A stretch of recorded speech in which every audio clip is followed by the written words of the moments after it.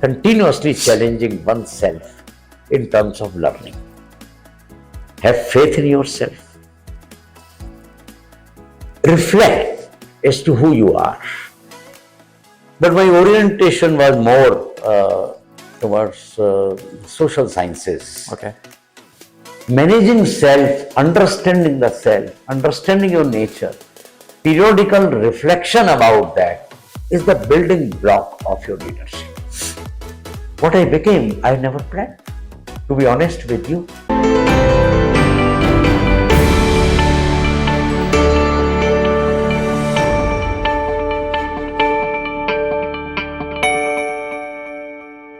Hello viewers, welcome back to the latest episode on GIBS IRE Talks Podcast, powered by GIBS Business School, a place where innovation meets inspiration. This is Professor Guru Prasad, the host for today. Well, I always make this point. The key ingredient or behind any successful business venture lies in the leadership skills. Now, I would say this not only applies to the business ventures, but also in sports, also in the personal life. I mean, it's a very important factor these days that drives towards the change, leadership, right? So today we are here to deliberate and discuss on the same topic with somebody who has excelled amazing in this particular leadership style. I am very pleased to welcome Dr. Anil Khandelwal, the former chairman and managing director of Bank of Baroda, and also the best-selling author to this podcast. On behalf of all my viewers, I extend my heartfelt welcome to you, sir. Thank you very much. Pleasure having you. And I must say it was such a wonderful honor and pleasure to listen to you a while ago along with my students. Thank you. But then before I get into the leadership and before I get into the book, I would definitely love to know something about your past life. I mean, your early life, your upbringing, your schooling. How was it? Well, I was born in a middle class family. My early schooling was very modest. Okay. In government municipal schools, in Hindi medium, and the entire ecosystem was such that one could not dream of some great plans ahead. The immediate thing one could aspire is to pass a class and move on to next class. Not any higher ambition, not any mentorship within the family, not any immediate guidance from anyone. So just a small, mediocre student in my class. They are the one who do wonders, actually. Do you agree with that point? Well, I don't know, but yeah, there are two varieties. Some of them, they really show potential, work hard, and go up. And some of them are really not able to go ahead because entirely on account of very modest background and pressures for earning early in the career. Absolutely. You've done incredibly well when you joined the banking industry. But I would want to know, joining banking industry was your choice or it was an accident? It was not at all planned. Mm-hmm. It was not accident. It was an accident in the sense that I actually, after my graduation, and I must say that although earlier there was no guidance, around the graduation, my elder brother, who had got a job, and by that time he had gone to London, he became my mentor. Okay. And he always gave me a vision. So his first thing he said was, if you do your graduation BSc in first class, I will call you to London. And for a young boy from a middle class family, that was a good bait. And I worked very hard and whatnot, and I barely got first class, only 3 marks more than 60% those days. And that was a turning point of my educational career and turning point of my life in many ways. And after that, I could go to engineering. And Those days we never heard of 80%, 90% and Yes. all that. With graduation 60%, I got admission in one of the best institute in chemical engineering, India's best known HPTI Kanpur, Harcourt Butler Technological Institute. And I joined chemical engineering. I passed out, but my orientation was more towards social sciences Okay. because my family background, my elder brother, sister, my maternal uncle, they were all sociologists. And my maternal uncle was a book publishing in sociology. Wow. So in summer, I will go and study those books, and that shaped my. And then what happened that in Jaipur, the Rajasthan University started an MBA program, and that MBA was very unique. For engineers, it was 1 year program. So we were 14 of us in the class, and I passed my. And in between, I got a bank job. Those days, there were a lot of shortage of jobs, so probationary officer was considered a good job to begin with. And I joined, and I got it right in Jaipur. So that's how I landed myself into a bank. But how was your overall journey in your engineering days? Engineering days was uh, normal. I was not a bright student Okay. in engineering. I was a struggler, to be honest with you. And I was always concerned that I must pass. I worked hard. I was studious right from the beginning. But I was mediocre. And of course, I passed in first class and everything fine. Everyone gets a first class in engineering. It's not an honor, at least those days. But then I wanted to do something that was of my choice. Correct. And that is where my moorings were there. Right. I was, so to say, always articulate about my convictions. And if I didn't like anything, I didn't pursue that. So I left engineering, joined bank. Eventually, I didn't like bank's branch and the job I was doing. And I wrote to the top man Yep. in the bank. I heard that. And At one point of time, you wanted to quit as well. I wanted to quit. And the top man turned out to be really shaper and maker of my career. He wrote to me and solved my problems and even offered a job in human resource function, and which was to my liking. I was appointed as personnel officer, and rest is history. History. Very much, yes. The theme of the today's podcast and your interaction was well on the leadership style, Yes. right? So I said this is a key ingredient for any of the successful organization. I also heard you saying in the stage, it's a myth. Leadership is a myth. I want to know more about it. Leadership is an elusive concept. Mm-hmm. And unless one deploys oneself into the learning process, it cannot be injected. A difference in manager and leader is that techniques, managerial techniques and concepts can be taught, but leadership is to be learned. True. So that is the essential difference, that leadership is to be learned. You must have some convictions, some goals. And, as musician learns music, let us say on Casio, on harmonium or in a tabla, lot of effort is required, lot of passion is required, lot of time is required. Building leadership is something like that. Your instrument in leadership is the self. Investment of the self into the self. Reflection, self-management, self-discipline. These are the essential instruments, musical instruments of leadership. True. And therefore, my book, Gym of Leadership, I have used the metaphor of a gym. It is like a gym which requires self-discipline, passion, consistency, and occasional bruises, and also help of a coach or a mentor. As a business school, we teach these leadership lessons to a lot of our students, all of our students. A different style of leaderships we generally talk about. What is the leadership style of Dr. Khandelwal?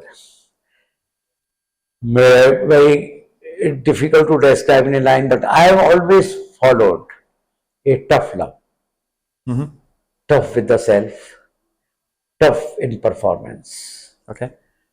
and compassion for people, tough love. That unless you have orientation in people, unless you engage your people, unless they have confidence that you will stand by them, unless they feel that you are here to develop them. And in the process of performance, you can be tough, they will accept it. Like a student accept a tough teacher, a tough parent, True. as long as they are convinced it is in their interest. But if you are only tough and you don't care for people, it doesn't work. Is the balancing difficult? Not at all. It depends on your convictions about people. And because of my training in human resource and eventual my academic training and my life's training in human resource, I was more than convinced that without people, our organizations are merely buildings. Imagine Absolutely. your own institution without qualified faculty, it is merely a building. With qualified people, you are a brand.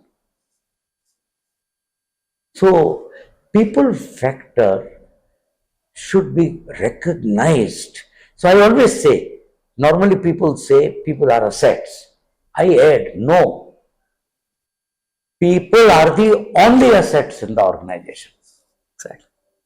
That's my conviction has driven me True. towards my leadership, meeting my leadership challenges. And therefore, my journey, even within bank, which is highly, technical, operational, numeric oriented, my conviction about people, about building leadership, has seen success of the organizations I work. So is there any instance where, as a leader, you have taken a tough call and back home you felt, okay, I would have not taken this? No, I take call after a lot of deliberations. Right. I mean, strategic calls. In day to day, I may have shouted at someone and I may have felt that I wish I didn't shout at him. But strategic calls that I have taken are well planned calls and they have delivered results. Absolutely. Absolutely. You have been one of the finest banking leaders of India that India has produced. I know I started my journey as a banker, and I know the journey of a banker, how it goes, especially when you are at the top. And the question is, I mean, you work round the clock, all right? How did you find time to write books, and how have you ended up becoming a best-selling author? Look here, again by conviction, you see, by temperament, I was always a sort of a heretic that who in banking they used to say piche dekho aage chalo. I was never like that.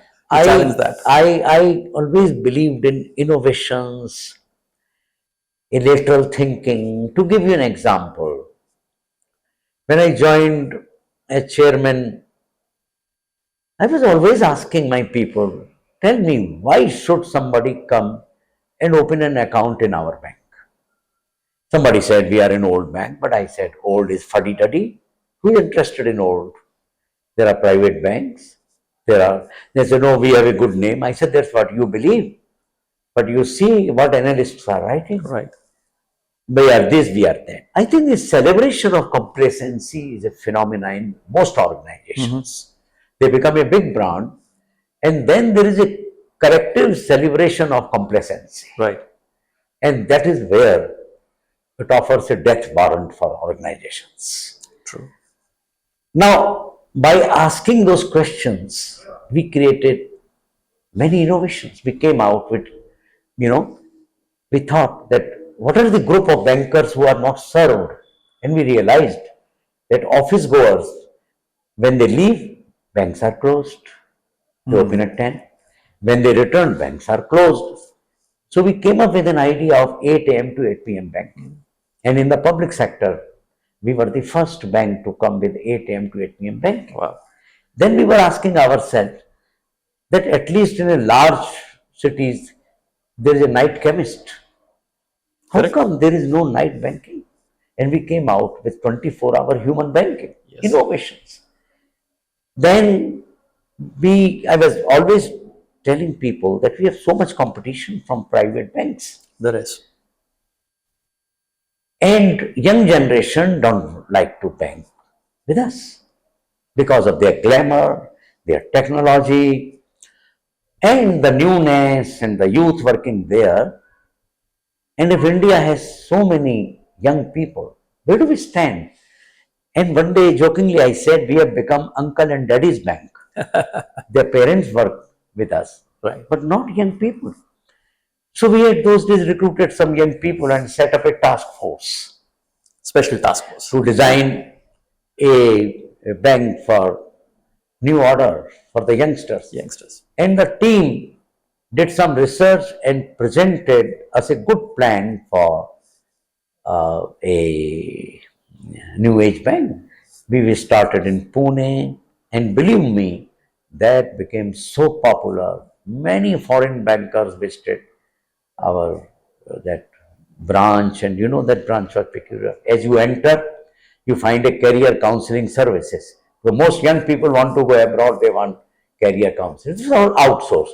As you enter, there is a bean bag and there is a TV. Wow. As you enter, there is a 3-seater internet cafe. As you enter, there is a table tennis. As you further, there is, I think, a hall. Probably people could down. And in the last, a bank manager sitting, and he did fantastic business in the very first year. I think the idea was to show to public that we are changing, and Absolutely. that's how our brand got built up. We also undertook a major rebranding exercise, True. and our logo and color was everywhere appreciated. We got several awards. Otherwise, do you agree? Generally, the public sector banks carry that old traditional mindset, and customers look at them as a traditional banking. So traditional, of course, customers have lot of trust. Right. But then, with the time, we were trying to create a bank which maintains tradition with modernity. And eventually, we became, our logo was a game-changing event for the banking industry. And we also hired a brand ambassador, then India's captain. And it was, people couldn't believe a public sector bank is getting into all that. And our retail business at that time, we were really not a great player in retail. But I was, you see, I have always. I think you headed that rebranding strategy. Yeah. On the retail side, what happened? People, I always, somehow, because I had worked in a branch, I worked at regional level, I always had some heart for branch managers. As to they are so occupied in multiple things. True. I said they can never sanction a housing loan or a scooter loan. They are so busy in the routine.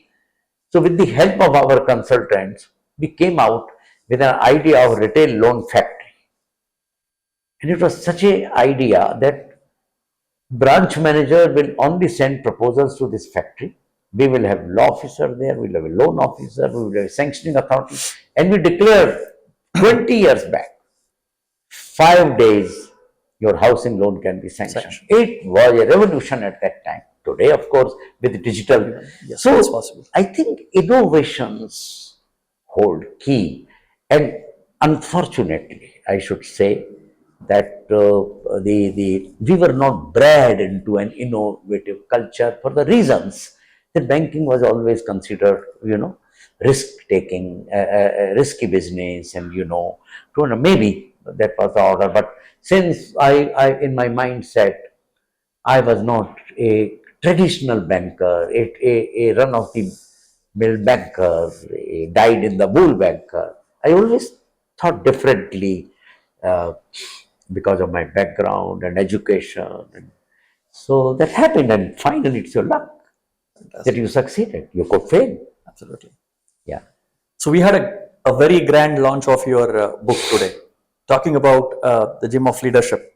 I'm sure my viewers would have two questions here. How is this word gym and leadership going together? Well, you see, I always thought, why another book on leadership? There are many. I was not. You go to market, You find many. see hundreds of books. Absolutely. You Google thousands of You will books. get it. Everyone, I mean, in the business of giving sermons about leadership. You should do that, you should do that, you should listen more, you should be polite, you should be humble. And still there is so much of deficit of leadership Absolutely. everywhere. Agree. This thought was bothering me for a very long time, and it took a lot of time. In between, I wrote 3 books, but my puzzle was not solved. So last 3-4 years, I was going to gym, and I thought, I daily get up at 6 a.m. to come to gym. There is a certain discipline. There are bruises sometimes in practicing gym. There's consistently, I have to come. There's a passion that you must be passionate. I said, this is what leadership is all about. It was a kind of in my eureka moment. And then I thought, yes, leadership is something like that. First of all, you volunteer to walk the path of leadership.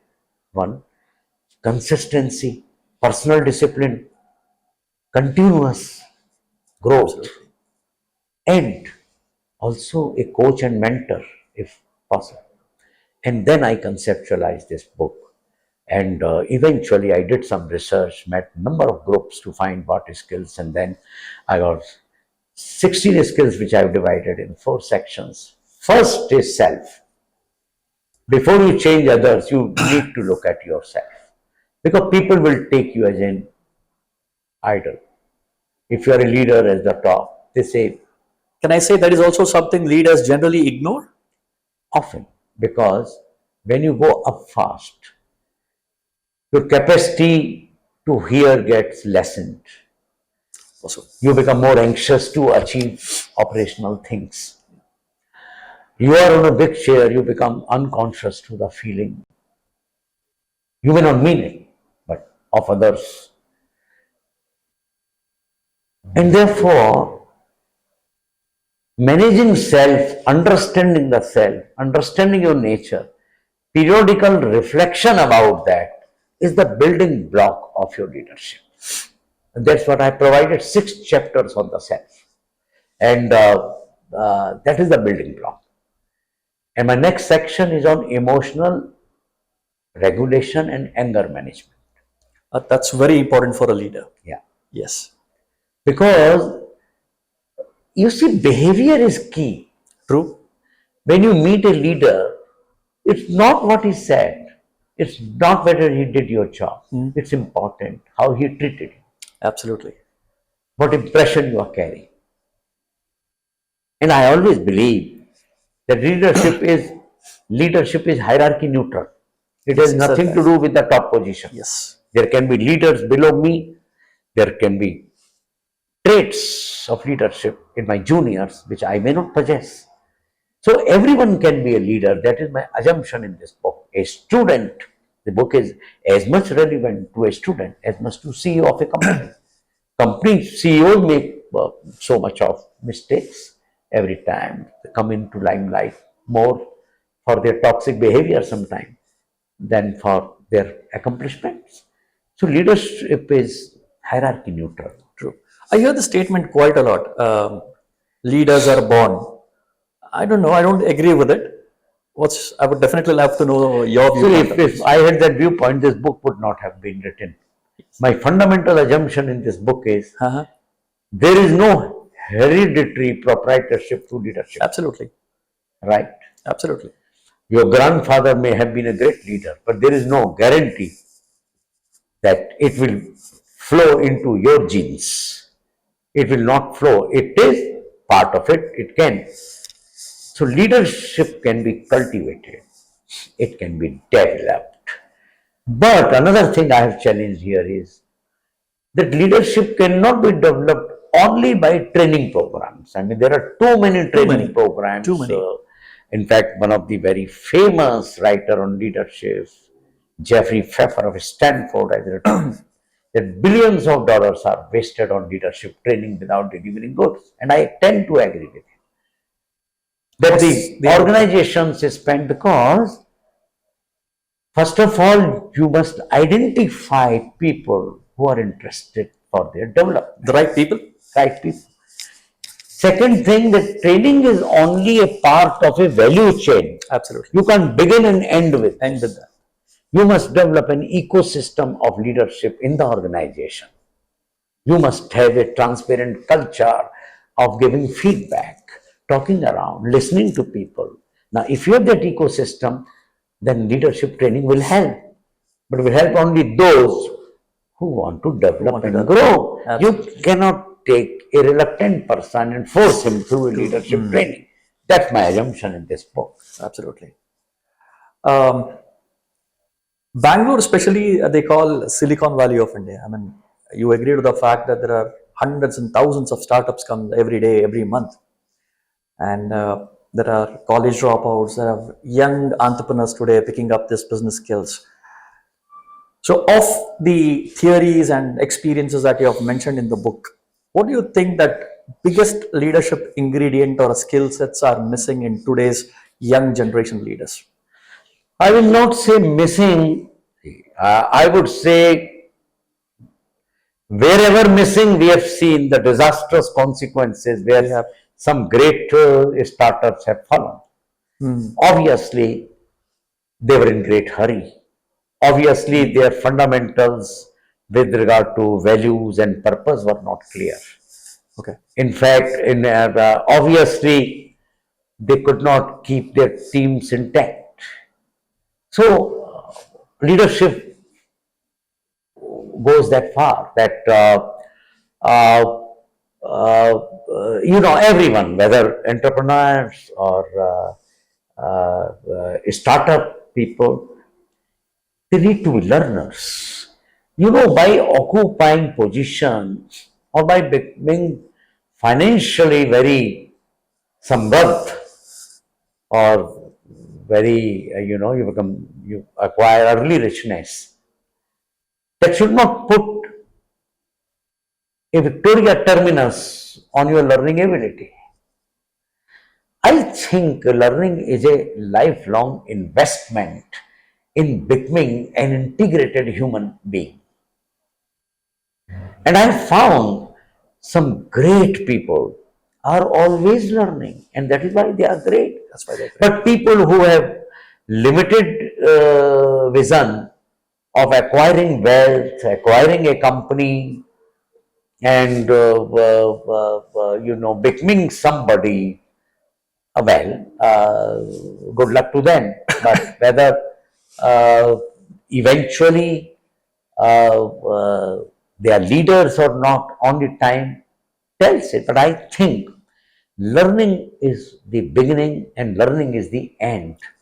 And at every stage, people should learn new and new things. And I think the greatest learning is about oneself. Technical knowledge is now digital. There is a digital equality. Everyone, you come in organization, they have digital knowledge, they are engineers, technologists, they are all, in fact, next generation is better than the earlier. What is now required is, can they lead their teams? Can they lead their domain colleagues? Can they lead, can they be good collaborators? Can they be trusted for what they are doing?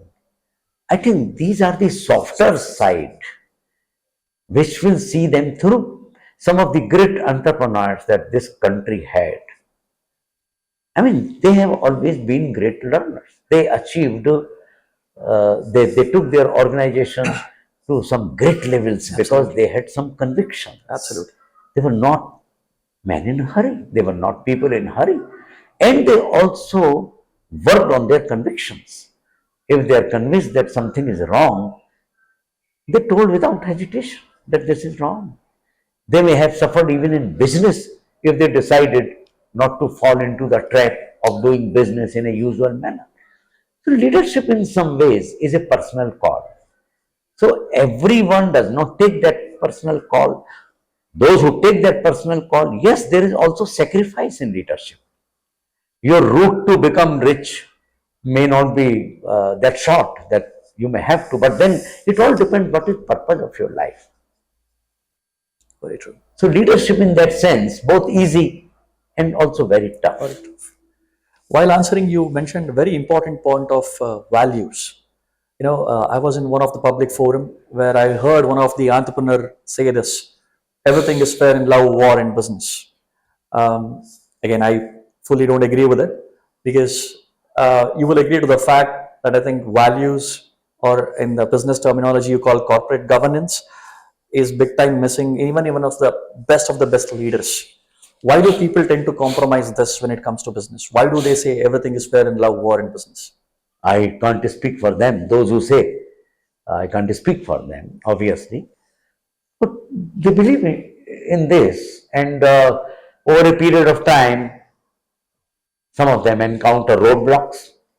Correct. It's not rare for some such people to go to jail now. There's no longevity there. Yeah, It's not rare Yes. that some such people also visit jails now. And it is also true that this has provided many of them fast elevator to progress. It all depends what you want to become. So therefore, this is a quest between being and becoming. Yeah. Now, if you want to be on fast elevator, then maybe those who say that there is nothing fair in love, war, and business, well, that's how they think, and then they take also necessary risks of facing the challenges of the kind I've shared with you. Moreover, some great failures. You've seen Enrons and Satyam, Tyco, WorldCom. So There are many. at some point of time, they were progressing very fast, and they didn't follow the values and where they've landed. So nothing is there. Also, there are many examples where, yes, people have followed what you said. They progressed. Lucky ones. There are quite many students of mine to become, there are, I would say, aspirant leaders who would definitely love to pick the copy of the book. So what do you think? I mean, how these professionals would benefit from applying the lessons from the book that you have? I've written with lot of humility Yes. and lot of commitment this book, because I have also grown as a common man, as I told you, from a middle class man I have written. So every theory, every content that you have written, I think it depicts your experience. Yes. So every chapter carries my experience, Right. and similarly experience of many others whom I respect. And this book is not a book one can say you can read. There are other books which tell. So I've tried to take a view that half of the each chapter is about what it is and what it is not, and half the chapter is about the gym part, what you can do to attain this, and lastly there are reflections. Are you doing it? So, and this is I don't say that by reading this book you will become a leader, but certainly it can provide you a guidepost. It can, if you want to pick up a better listener, there is some stuff here which I have discussed. I'm sure it can benefit some who are on a determined path to becoming a leader. But this is not the only book. There are many other books they can go through.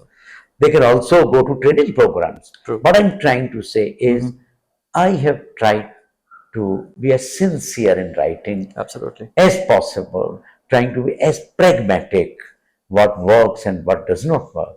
But I think the most important thing is the value system. If you're carrying a value system, and it is not that having a value system always takes you to the top. It is also risky in the present world. It is. But it all depends on what you want to become. If I tell you, I never planned, I was also not on the traditional trajectory of banking, even qualified. But I operated in a certain way, followed certain convictions, believed in transformation in every job in my own small measure. I tried to change the way things happen. It's ultimately luck that with my transformational vision, with certain values, and with some beliefs in working with innovative mindset, what I became, I never planned. To be honest with you, with my middle class background, with my mediocre initial, at least I can say, intelligence. But I kept on learning, kept on adding stairs after stairs of learning. And even today, you continue to do that. And yes, even today, post retirement, I have written 4 or 5 books. So I didn't go for the usual this thing of doing any commercial activity or attaching myself with a commercial organization, which are very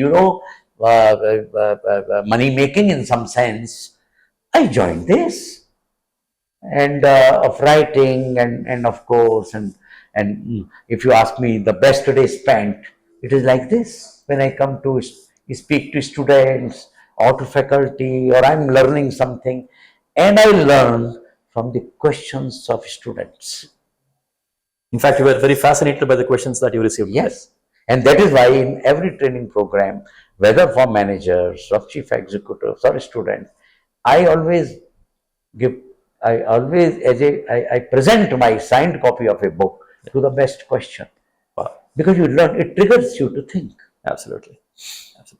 So what's the next book in the list for Dr. Khandelwal?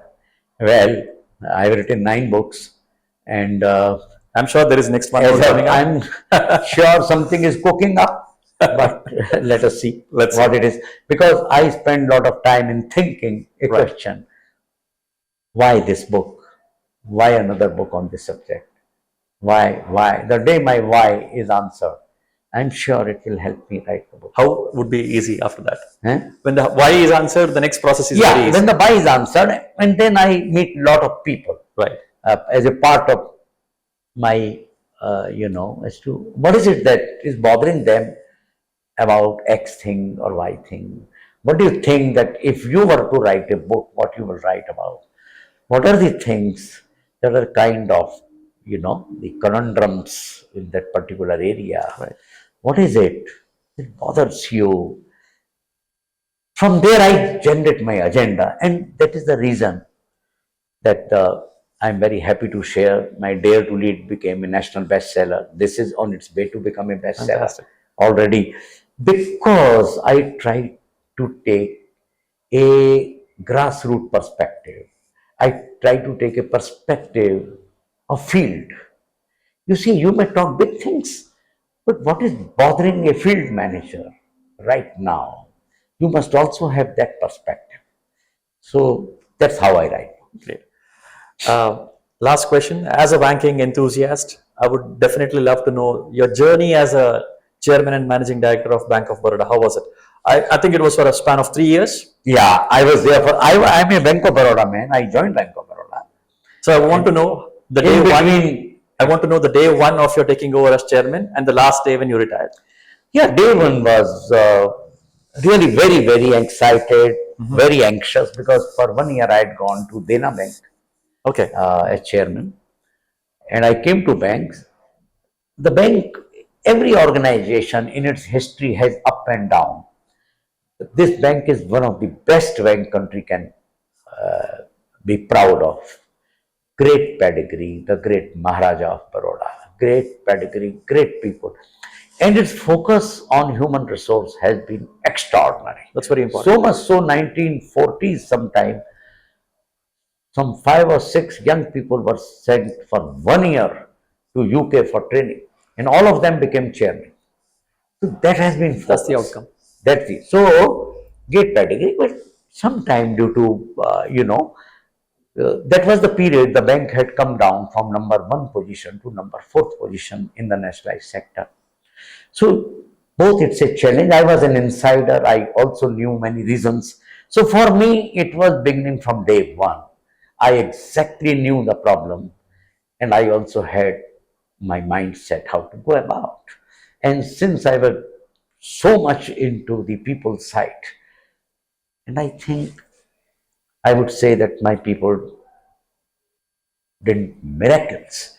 So much so that in the 3 years itself, the bank doubled its size of business. What bank did in 97 years, it did in 3 years, with many innovations in every area, When you have a including fabulous technology. leader, people will automatically do miracles. Not really, but ultimately, you need backup. You need every person. You need right from peon messenger to manager excited. Absolutely. That's the key, and that was my strong belief that unless my counter man is excited, the customer service will never Will never. improve. Absolutely. Whatever I may speak at corporate level, that was my that belief.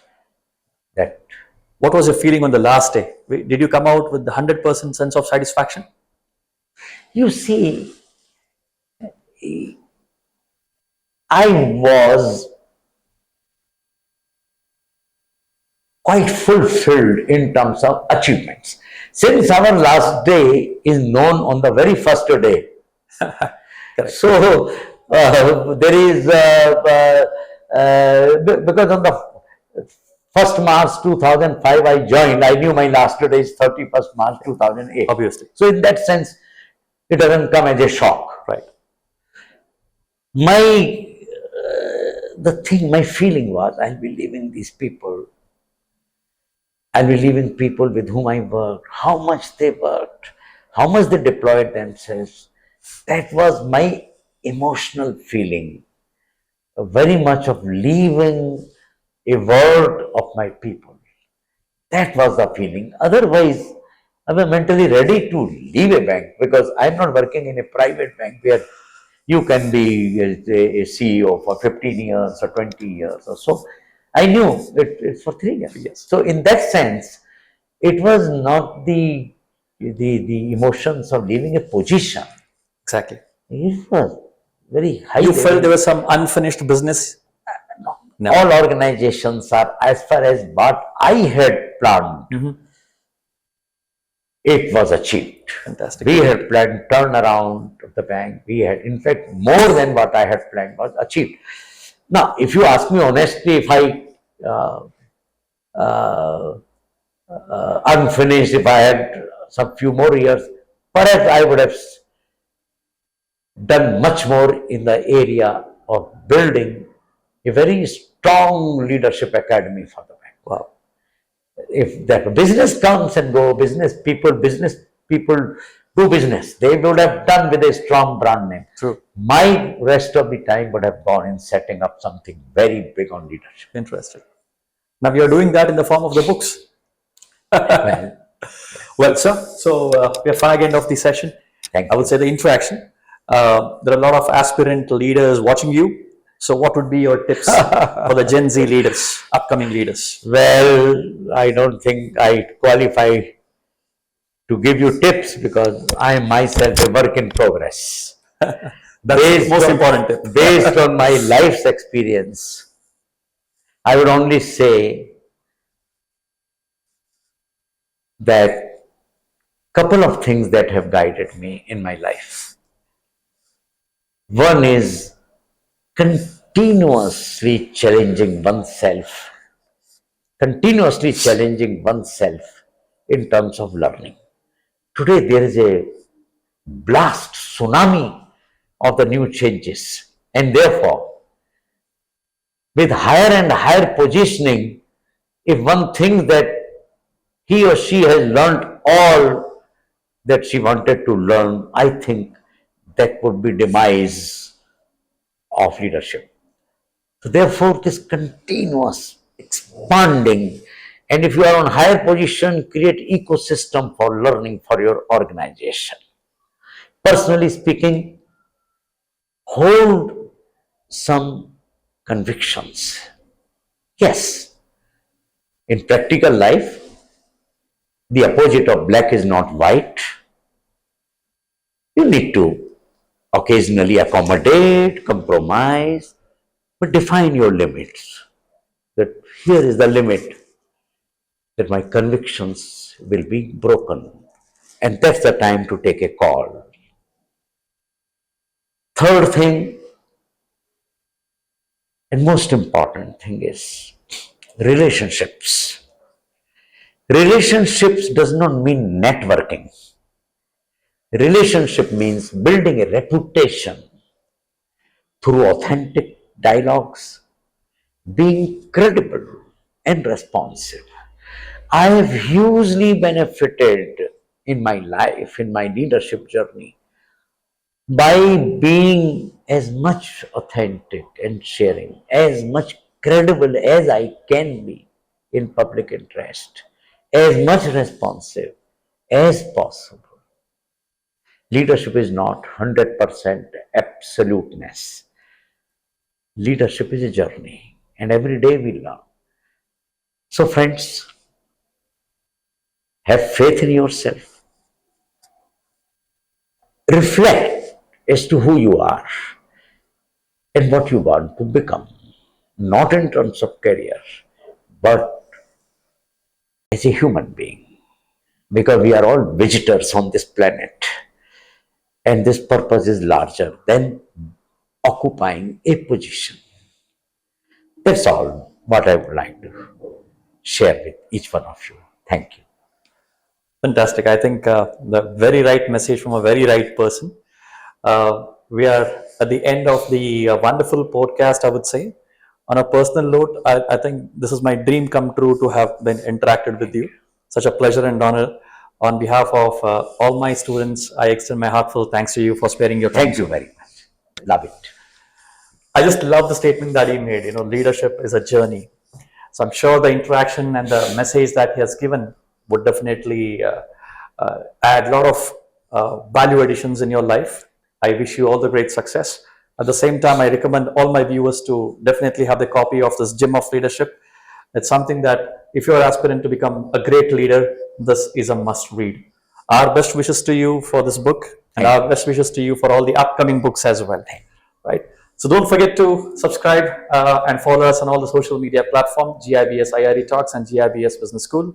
For now, this is Guru Prasad, the host for today, signing off. Thank you for watching.